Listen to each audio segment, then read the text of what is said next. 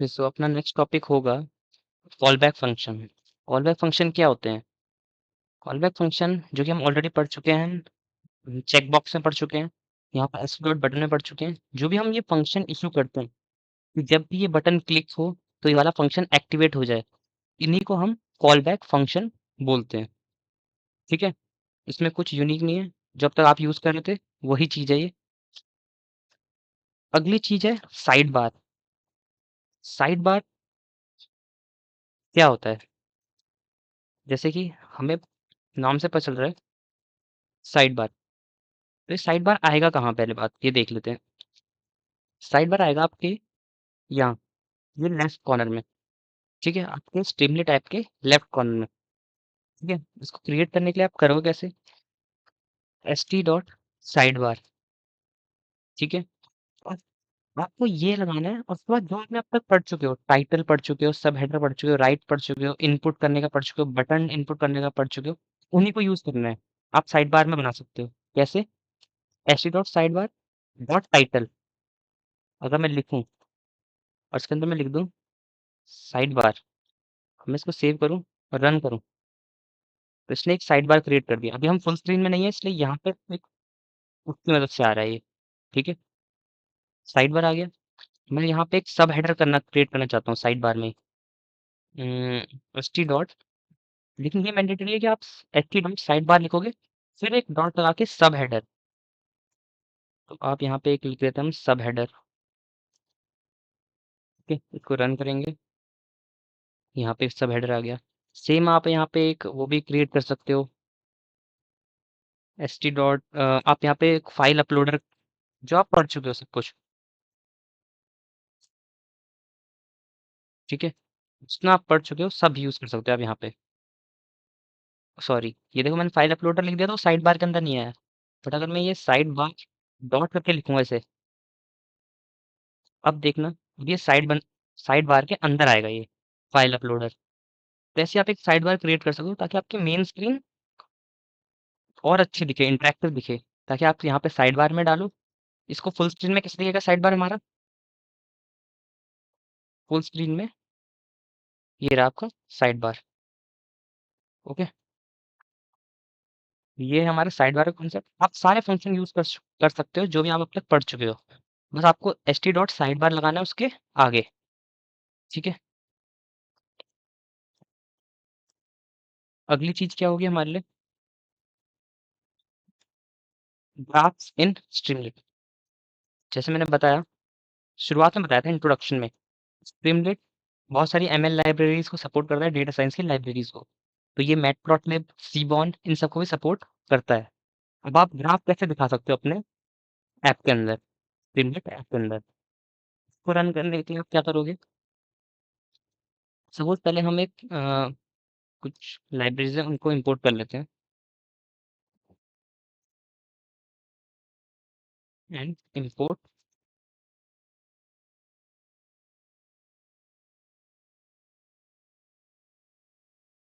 ठीक है, ये दो लाइब्रेरी हमने, एक इनको आप इंस्टॉल कर सकते हो। आपको अपने इसमें जाना है और यहाँ पे डालना है पिप इंस्टॉल सीएमडी में, पिप इंस्टॉल numpy, पिप इंस्टॉल मैटप्लॉटलिब। मेरा पहले से ही ऑलरेडी से इंस्टॉल्ड है, इसलिए मैं वापस इंस्टॉल नहीं कर रहा हूँ इन्हें।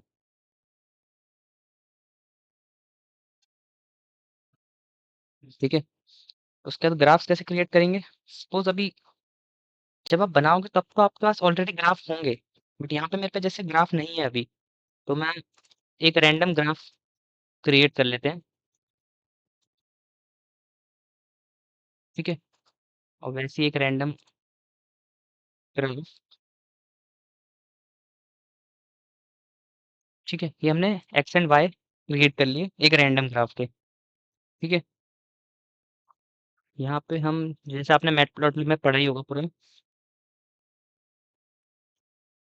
ये सब मैटप्लॉटलिब की सिंटेक्स वगैरह है। ठीक है, इनका स्ट्रीमलीट से कुछ लेना देना नहीं है, ये मैटप्लॉटलिब के अंदर आते हैं। और हमने इसे ईएलटी डॉट प्लॉट किया, एक्स कॉमा वाई। कुछ चेंजेस आए क्या? एरर दिख, नो मॉड्यूल नेम मैटप्लॉटलिब। क्यों? क्योंकि हमने इसे इंस्टॉल नहीं किया है।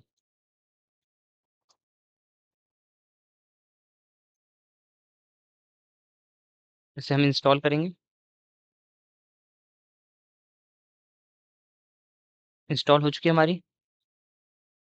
अब इसे रीरन करेंगे। ग्राफ तो शो हो ही नहीं रहा हमारा। क्यों नहीं शो हो रहा? क्योंकि अब तक हमने स्ट्रीमलीटी को कोई कमांड डाली नहीं है। ये दोनों तो किसकी कमांड्स हैं? ये तो है मैटप्लॉटलिब की कमांड्स हैं ये सब तो। कुछ इसको प्रिंट करने के लिए हम लिखेंगे st डॉट राइट और इसके अंदर फिगर को पेस्ट कर देंगे। हमारा ग्राफ हो गया। हमारा ग्राफ तो एक और तरीका है।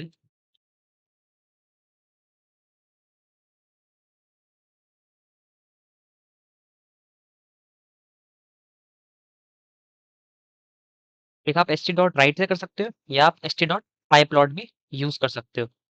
दोनों से सेम ही चीज होगी, बट प्रेफर किया जाएगा अगर आप स्पेसिफिकली वो ग्राफ ही है तो pyplot का यूज करो। ठीक है।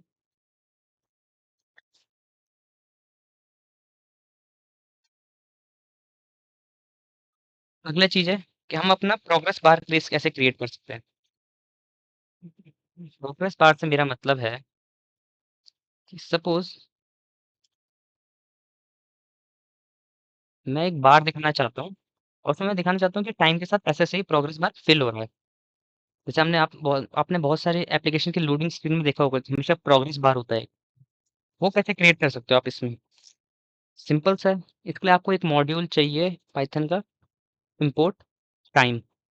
टाइम मॉड्यूल चाहिए ना, क्योंकि हमें टाइम के साथ उस प्रोग्रेस बार को बढ़ाते रहना है, इसलिए ये इंपॉर्टेंट है। हम एक बार करके वेरिएबल में st डॉट प्रोग्रेस बार करके st डॉट प्रोग्रेस है और उसको हम शुरू किससे करेंगे? जीरो से स्टार्ट करेंगे। प्रोग्रेस बार को हमें स्टार्ट कैसे करना है? इनिशियल वैल्यू क्या होगी उसकी हमारी? जीरो। तो जीरो से स्टार्ट होगा। उसके बाद हम उसे लूप करेंगे। लूप लूप कहाँ तक करेंगे? 100 तक। जीरो तक 100 तक जाएगा ना वो, या और बढ़िया रहेगा। ठीक है। उसके बाद हम टाइम का यूज करेंगे कि वो इतनी इतनी देर बाद बढ़े। और बार डॉट प्रोग्रेस। अब ये देखना आप काम कैसे कर रहा है, उसके बाद इसका एक्सप्लेनेशन देखते हैं। सॉरी। आई। ठीक है। ये ऐसे काम कर रहा है, ये आपका प्रोग्रेस बार क्रिएट हो गया।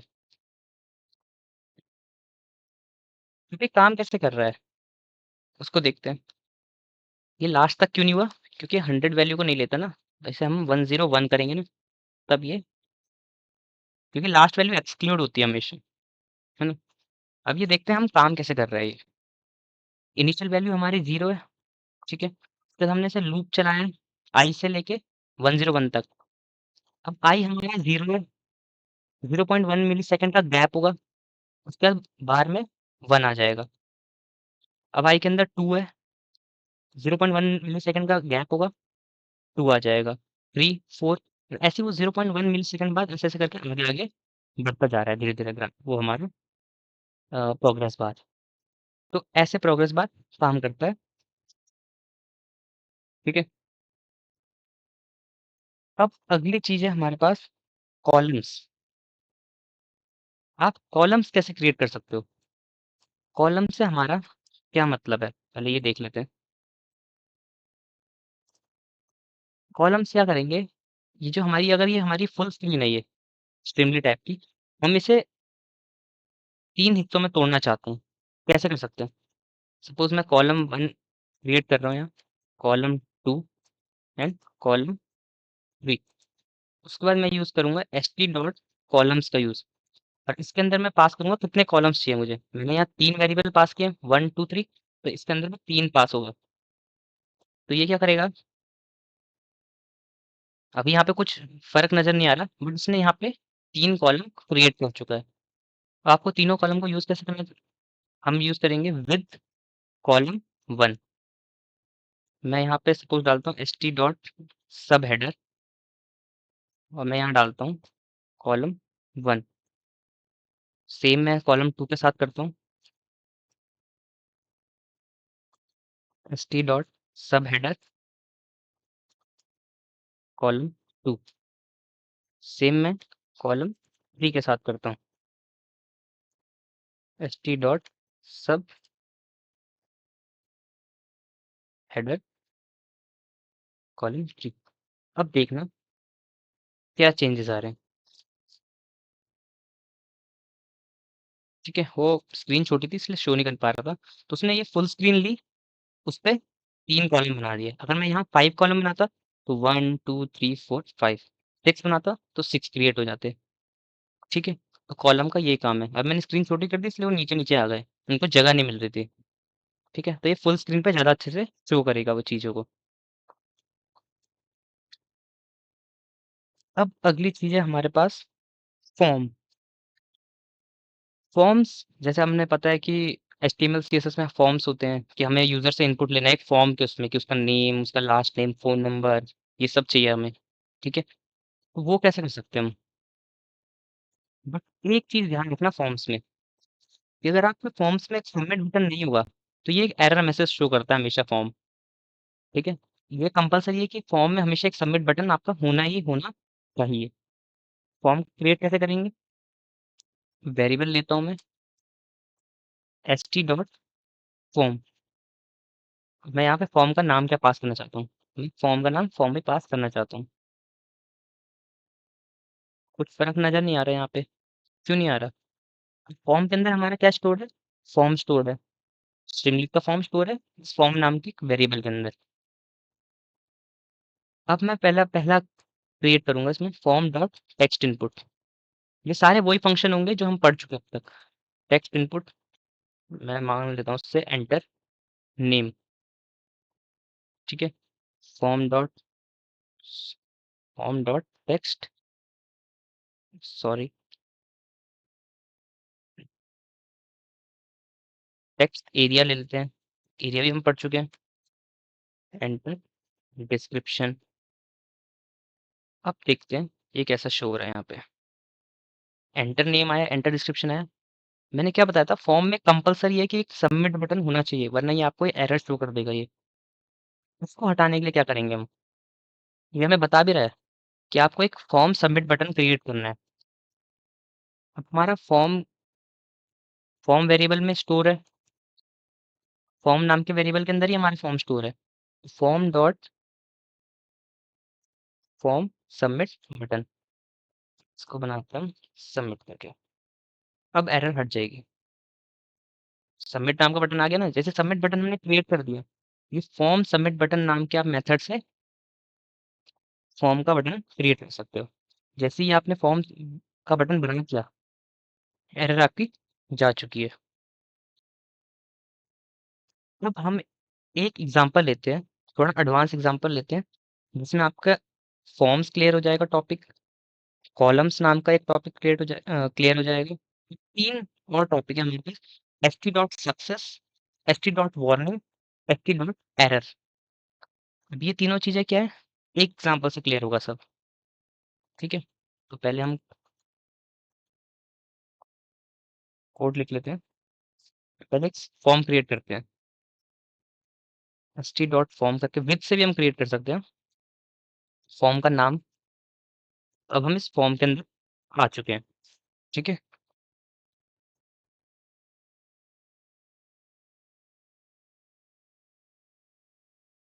कि यहाँ पे एरर इसलिए आ रहा है क्योंकि हमने आधा छोड़ दिया इसे, है ना। अब मैं चाहता हूँ कि मेरा फॉर्म कैसा हो, यहाँ पे 2 आए, 2 बॉक्सेस हैं, एक में पूछे फर्स्ट नेम, एक में लास्ट नेम। अभी हमने कॉलम का कॉन्सेप्ट पढ़ा ना, कि वो फुल स्क्रीन को 2 में डिवाइड कर देगा, तो वैसे ही। तो मैं कॉलम 1 क्रिएट करूंगा, column 2, S T dot columns, कितने कॉलम करने में क्रिएट, 2, विद कॉलम 1। कॉलम 1 में क्या करेंगे हम, फर्स्ट नेम, फर्स्ट नेम ले रहे हैं ना यूजर से हम, S T dot text input, first name, with column 2 last name, S T dot text input में हमें लेना है ना उसका लास्ट नेम। अब देखते हैं कैसा दिख रहा है ये।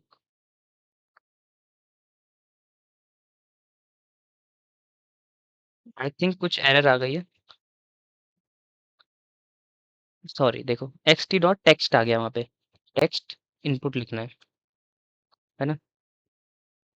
अब इसको देखेंगे। ये तो सबमिट बटन वाला एरर है हमें पता है, लेकिन इसने क्या कर दिया, दो कॉलम क्रिएट किए। एक में फर्स्ट नेम को लिख दिया, एक में लास्ट नेम को लिख दिया, तो ये आपका पूरी फॉर्म की बाउंड्री है। ठीक है, ऐसे ही आप सेम अब उसके लिए क्रिएट कर सकते हो। ये आपके दो कॉलम बंद हो गए। ये कॉलम वन के लिए आपने बनाया था, ये कॉलम टू के लिए बनाया था। अब सपोज आपको ईमेल के लिए कराना है। ईमेल के लिए हम यहाँ पे ऐसे ही करा सकते हैं, st डॉट टेक्स्ट इनपुट और ईमेल। अगर आपको ये ईमेल स्टोर भी करना है किसी वेरिएबल में, तो आप यहाँ पे एक स्टोर कर सकते हो ईमेल करके। ठीक है, तो आपका यहाँ पे एक ईमेल करके क्रिएट हो जाएगा। यहाँ पे एक ईमेल के लिए बना दिया उसने। अब ये ईमेल क्यों नहीं हुआ डिवाइड हमारे दो कॉलम में, क्योंकि ये हमने किसी कॉलम के अंदर नहीं लिखा। कॉलम हमने दोनों यहाँ तक यूज किए, उसके बाद खत्म हो चुका है कॉलम का काम। उसके बाद हमने अगले लाइन से शुरू किया है। ठीक है, सेम आप ऐसे बना सकते हो। आप यहाँ पे आप थोड़ा मॉडिफाई करके डे इनपुट ले सकते हो, जो हमने उसमें पढ़ा था ना, डेट इनपुट के लिए आप उसका यूज कर सकते हो। यहाँ पे अब हम एक सबमिट बटन क्रिएट कर देते हैं, जो कि है st dot form submit button. और इसमें हम क्या देना चाहते हैं, पास सबमिट। ठीक है, ये हो गया हमारा फॉर्म, हो गया ये first name last name email. Okay, अब मैंने जो तीन चीजें बताई, st dot success, st dot warning, st dot error, वो क्या चीजें हैं। यहाँ पे हमने सबमिट तक कर दिया पूरा। अब मैं चाहता हूँ कि इफ सबमिट, जब सबमिट हो गया, सबमिट पे क्लिक हो चुका है, इसका इस सिंटेक्स का मतलब है जैसे यूजर सबमिट पे क्लिक करे, सबमिट बटन पे क्लिक करे, और मैं इसके अंदर कर रहा हूँ कि जो फर्स्ट नेम है, अगर वो यूजर ब्लैंक छोड़ देता है, एंड लास्ट नेम भी, या इन दोनों में से कोई भी एक को यूजर अगर ब्लैंक छोड़ देता है, तो वो क्या दिखाए, एक वार्निंग मैसेज दिखा दे हमें। क्या, फिल द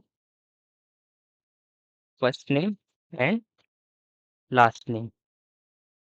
अगर यूजर ने भरा हुआ है ऑलरेडी, तो वो क्या दिखा दे, st dot success registration completed. Okay, so हमने ये, तो ये हमारा प्रोग्राम बन चुका है। अब इसे हम चेक करते हैं।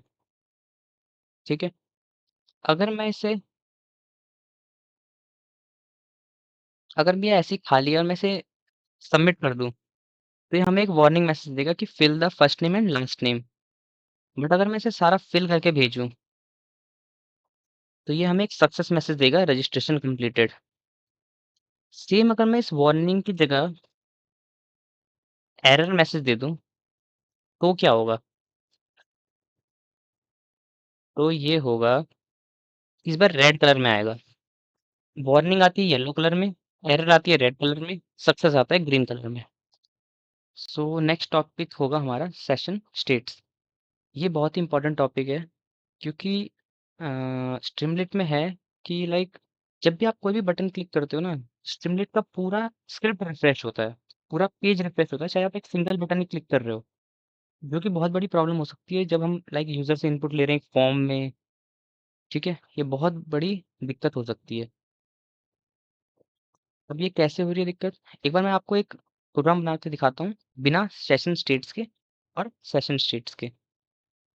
ठीक है, पहले एक बार बिना सेशन स्टेट्स के देखते हैं, तो कैसा, क्या एरर आ रही है हमारे लिए, क्या प्रॉब्लम हो रही है हम फेस कर रहे हैं। जो सपोज हम पे एक काउंटर वेरिएबल है,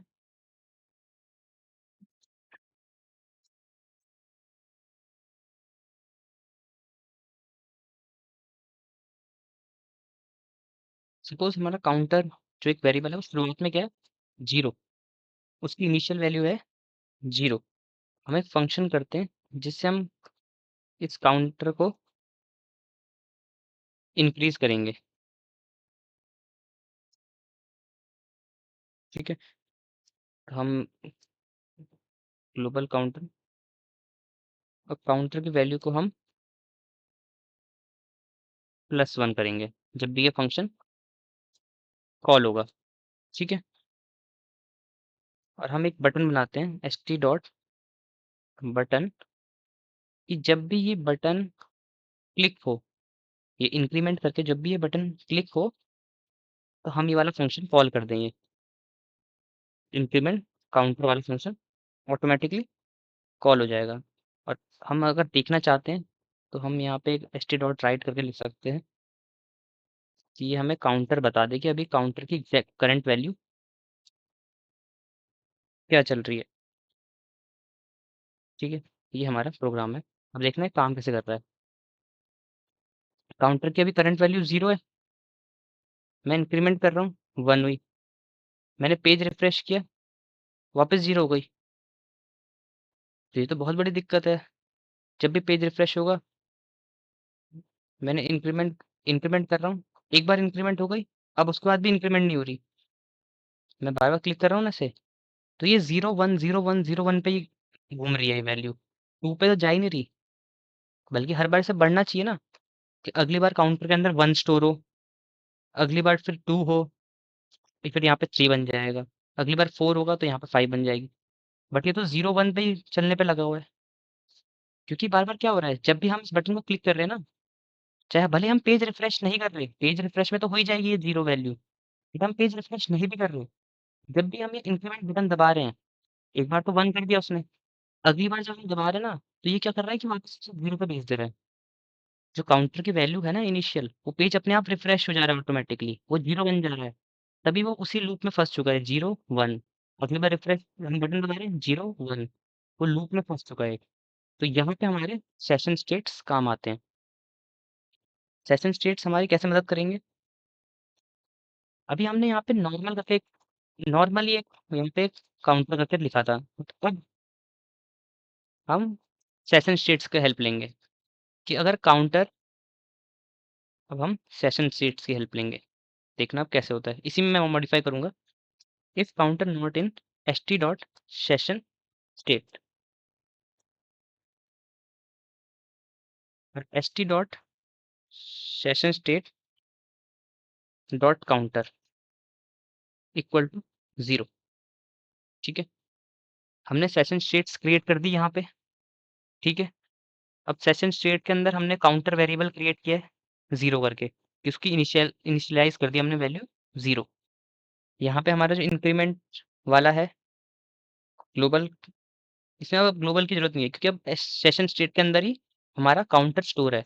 तो अब हम क्या कर सकते हैं, इसको st dot session state dot counter equal to st dot session state dot counter +1, ठीक है। अब ये बन चुका है हमारा वेरिएबल का नाम st dot session state dot counter. पहले हम नॉर्मली नॉर्मल वेरिएबल का यूज कर रहे थे काउंटर का, अब हम सेशन स्टेट वेरिएबल का यूज करेंगे।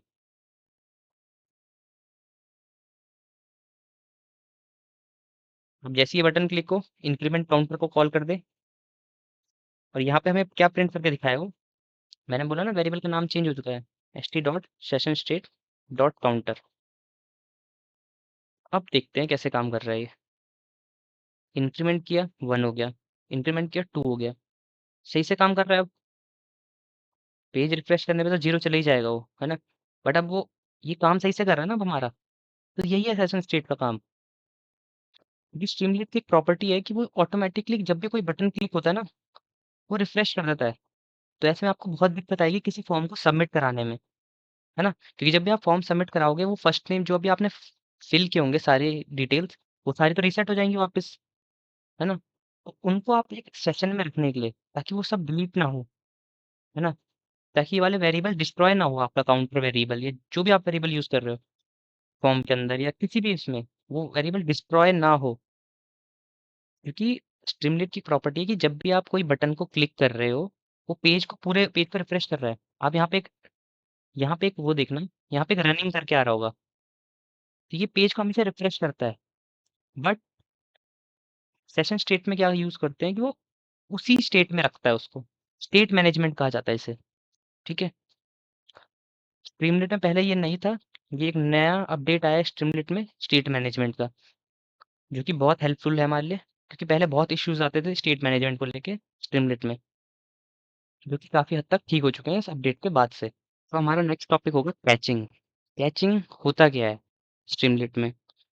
सपोज़ आप एक बहुत हेवी कंप्यूटेशनल ऑपरेशन कर रहे हो, बहुत हेवी ऑपरेशन है वो, ठीक है?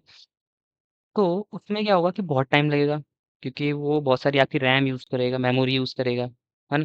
तो इसमें हमारी कैचिंग बहुत हेल्प कर सकता है, क्योंकि वो क्या करता है, जैसे कोई बहुत बड़ा ऑपरेशन कर रहे हो आप, उसका जो भी रिज़ल्ट है ना, वो अपने अंदर स्टोर कर लेता है, ताकि वही प्रोग्राम अगर बार-बार रीरन हो ना, तो वो उस प्रोग्राम को बार-बार उस रिज़ल्ट को ना लाना पड़े। वो सीधा कैच से उस कैच एक क्या होती है, एक मान लो टेम्परेरी मेमोरी होती है। उससे उस मेमोरी को एक्सट्रैक्ट कर लेगा उस आंसर को, बार-बार रीरन करने की ज़रूरत नहीं है, क्योंकि उससे मैं पहले एक बार आंसर निकाल चुका है ऑलरेडी वो। तो वहीं से उस कैच के अंदर से मेमोरी को एक्सट्रैक्ट करेगा, प्रिंट कर देगा। तो हमारा टाइम बहुत काफ़ी बचेगा इससे, ठीक है? तो ये कैसे काम करती है? यहाँ पे मैं एक एग्ज़ाम्पल दिखा रहा हूँ पहले। पहले मैं विदाउट कैचिंग दिखा रहा हूँ कि विदाउट कैचिंग कैसे, ठीक है? तो सपोज़ ये हमारे पास जो मैं बोल रहा हूँ ना, हमारा बहुत ही जो भी बड़ा-सा ऑपरेशन है, इसे ले लेते हैं कि ये हमारे कोई बड़ा-सा ऑपरेशन है ये, इस फंक्शन के अंदर। फिर मैं उसका टाइम रिकॉर्ड करूँगा कि विदाउट कैचिंग इस ऑपरेशन को होने में कितना टाइम लग रहा है, ठीक है? बस समझना है कि कैचिंग काम कैसे कर रही है, ठीक है? ये रन हो रहा है, देखिए कितना टाइम लगता है, ठीक है? तो ये हमें लगा है इतना टाइम 5.001 सेकंड्स। अब कैचिंग कैसे करेंगे? जो भी आपका फंक्शन है ना, @st डॉट कैच डेटा, बस इतना करना है। जो भी फंक्शन को आपको कैच करना है, जिस भी फंक्शन का डेटा को कैच करना है, ये लिख दिया, सेव करा। अब मैं रन करूँगा, ये टाइम डिफरेंस देख रहे हो? आसमान पाताल का फ़र्क है। 5 सेकंड्स और 0.001 सेकंड्स। तो यही है कैचिंग का काम, कि आपका परफॉर्मेंस बढ़ा देगा, मेमोरी एफिशिएंट बना देगा आपके ऐप को, ठीक है? तो इसलिए ये बहुत हेल्पफुल है हमारे, जब भी हमारे पास बहुत बड़ा डेटा हो, तो बहुत हेवी ऑपरेशंस हो, ठीक है?